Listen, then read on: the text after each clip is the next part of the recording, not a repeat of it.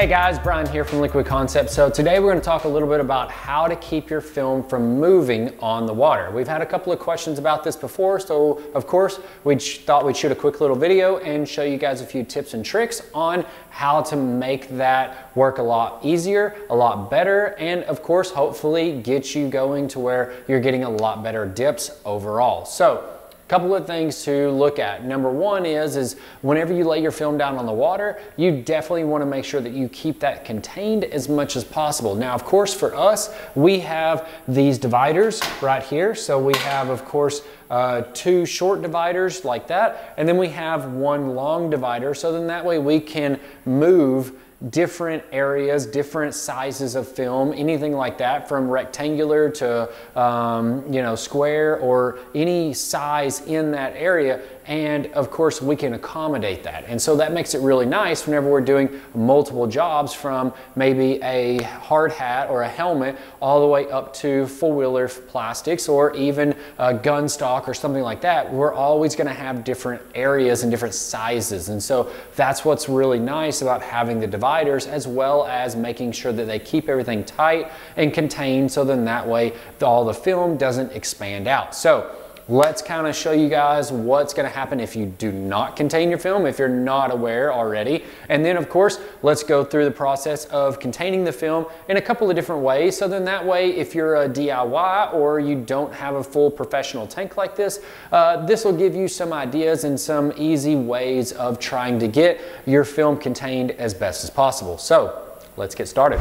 Okay, so we'll go ahead and lay this down into the water. Now again, this is about 8 inches by 6 inches, 10 by 6, something like that. So of course we'll start our timer and then we'll let this sit on the water. Now, a couple of things to remember. I am not going to put the dividers on this time right now. And the main reason is just to kind of show you what's going to happen whenever you spray your film and you do not have any dividers. So this is going to be something that you are not going to want to do whenever you have your film down on the water. You always want to make sure that you contain it as much as possible. So let's go ahead, we'll let this soak.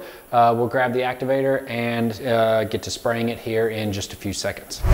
All right, so the film has been set on the water, so of course we'll go ahead and spray the activator. One normal pass, just like that. And then we'll go in, we'll set our activator gun down, grab our part, come back, and of course it is completely gone. And so the little 10-inch by 6-inch piece has now turned into 6 foot by 2 foot in a matter of seconds, right? So of course this is totally unusable. The film is gone, and unless you're dipping within about 0.3 seconds of activating, you're not going to get that dipped. And so let's go ahead and we'll lay this back down. We'll get another piece, throw some dividers down, and show you guys a few tips and tricks on keeping that contained as much as possible. So here we go. All right, so of course, now that you saw what not to do, now let's show you what we need to do with our dividers. So of course, we have a very small piece in a very large area. We'll set our timer, and then of course we will pull all the dividers in, so then that way we can keep the film contained as much as possible. And so by of course having these slits in this long bar right here, I'm able to adjust where I can put my short width dividers right there. And then now that makes it very nice because I can get this within ½ an inch or so.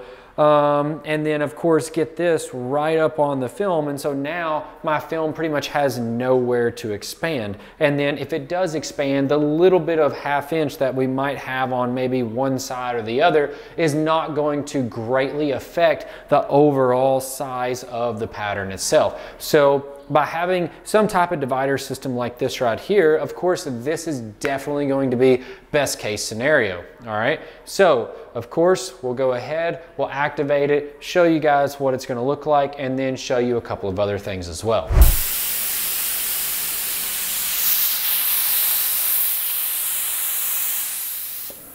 So of course, as you can see, the film did expand just that tiny little bit out to the edges of these bars right here. But other than that, the film was untouched, and now we have a very nice crisp image that is not stretched any more than what it has to be. And so now, of course, we would normally take our part after it's activated, dip it into the film, and now you have a very beautiful piece that is not going to have any stretch on it. So let's say that you don't have all these fancy bars and things like that.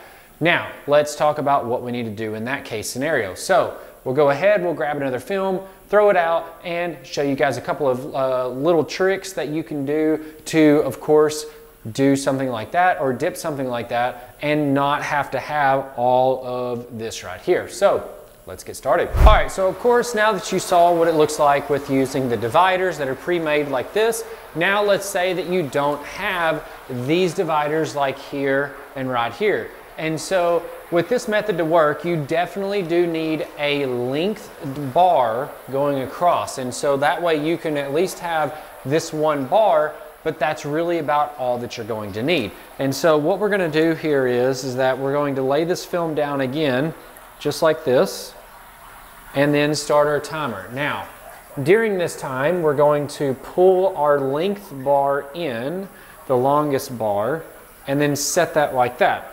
Now, this is great because it allows it to not stretch that way, but we still have tons of stretch going on end to end. Now, this is where it gets really nice because you can use either one of these two pieces of tape. In this case, we'll just use the 1-inch tape that we have here. And of course, we're going to take this and lay this out just like so. And so we'll set that about right there. And we'll lay this down into the water just like that. Now the key is that you have to make sure that the tape is floating on top of the water, because if it doesn't, then it's going to allow the film to pretty much just go straight past the border or the divider that you're making on this makeshift area like this. And so now that we've got that,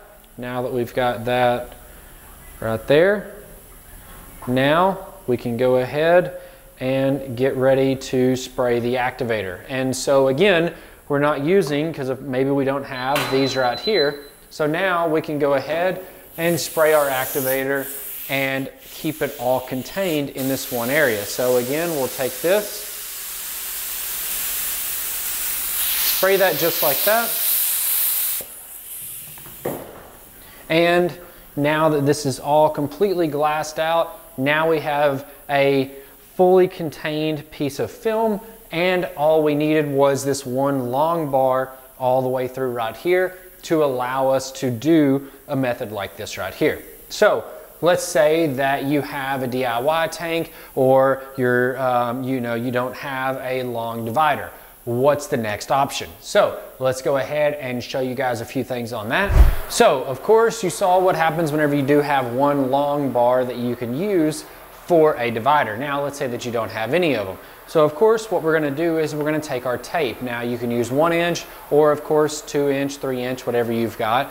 And the one thing that I like to try to do is on the smaller pieces of film, on something like this right here, this 1 inch normally seems to work pretty well, but on a larger piece of film, to make it a little bit more rigid, make it a little bit easier to lift up and move into the water, it does sometimes help to use a larger width tape. In this case, we can go ahead and we can use this tape right here. Now, on something like this, because you can tell that this is wanting to roll up, all I'm mainly doing on this is just allowing this to stay down onto the table as flat as possible. And so now all I'm going to be doing is just taking my tape and running it all the way across. Now, the one thing to remember is that whenever you're running it across like this right here, you always want to make sure that you are crossing these edges right here and you're pushing down fairly hard, because of course you want to make sure that all of these are stuck really good. And so now that we have all of that stuck really good, now the easy part is we can take this and now we have a pre-made border that goes all the way around the film. So again, we'll take this and go ahead and set it down on the water. And let's just assume that this area right here is, of course, my dipping area. And so with that being the case, I have no dividers. I can't let it, or I just don't have any dividers, so I cannot contain it at all. So this is going to be the next best way. Again, it's not always the best way, but this is definitely another way that you can use to go ahead and contain the film as much as possible. Of course, if you have a bubble like this right here, we can easily push that out and move that out just like what you normally would with any of your other films. And then, of course, after your 1 minute or however long that you need to let it soak, you'll spray the activator on it and then, of course, dip it after that. So this will also help contain everything in, but the key about this is, just like using the tape just on two sides, is that you always want to make sure that you try to keep an entire border area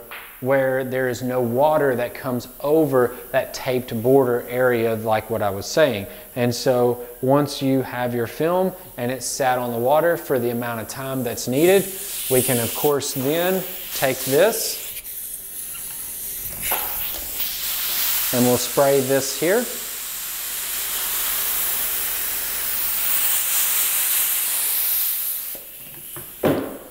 Now again, with something like this, this is still able to move around in the water itself, but the film itself is still contained. So if I needed to move this maybe back over to right here, or I needed to spin it around or anything like that, I can do that with little to no movement in the actual film itself. And so now if I needed to go this way, I can, or if I needed to spin it a full 180 degrees maybe, or something like that, then I can continue to move that on. And then now whenever I have it right here, of course, now I'm ready to dip again. So hopefully this video has really helped you guys out. Of course, if you have any questions or comments, definitely leave them below. We'd love to hear from you on anything hydrographics related, as well as let me know your thoughts on if you have any other ideas or tips on containing the film or anything like that that we didn't cover. We'd definitely love to hear about that as well. Check out the links in the description for the website. The website has everything that you're going to need for hydrographics, including paint, training, film, tanks, activator, and much, much more. So definitely check that out.